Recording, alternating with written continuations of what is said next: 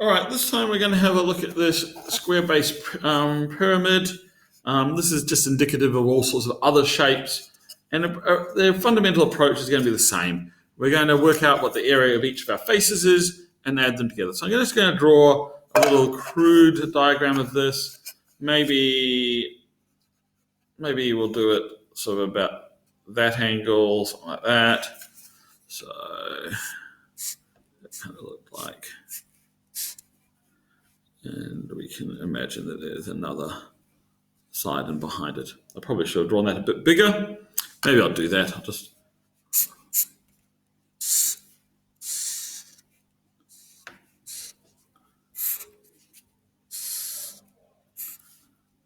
there's a side underneath there.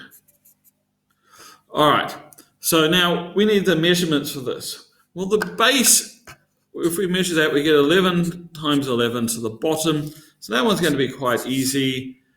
We can see that this is going to be a rectangle or a square that's 11 times 11. We measure that, it's 121.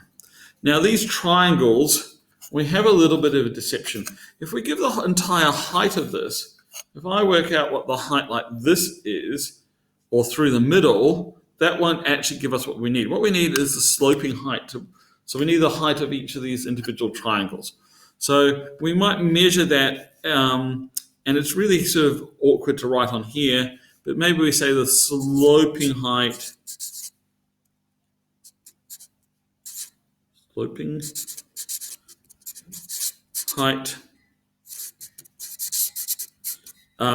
is 10 centimeters. And I have actually measured that. So now if I sort of think of that as going down this face at right angles here, and that's 10.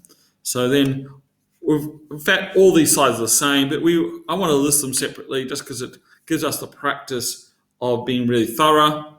So maybe I call that the front and this one the back. So the front is going to be a half because it's a triangle, 10 times 11.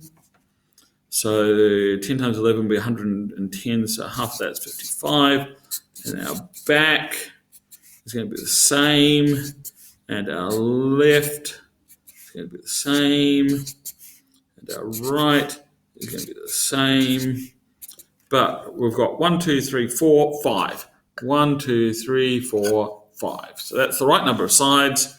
So now we can total that up. Total surface area. Adding all these up, well, two of these together is going to be 110, so that all of them together is going to be 220, and another 120 is going to be 340, and then there's the 1. And that's, again, centimeters squared.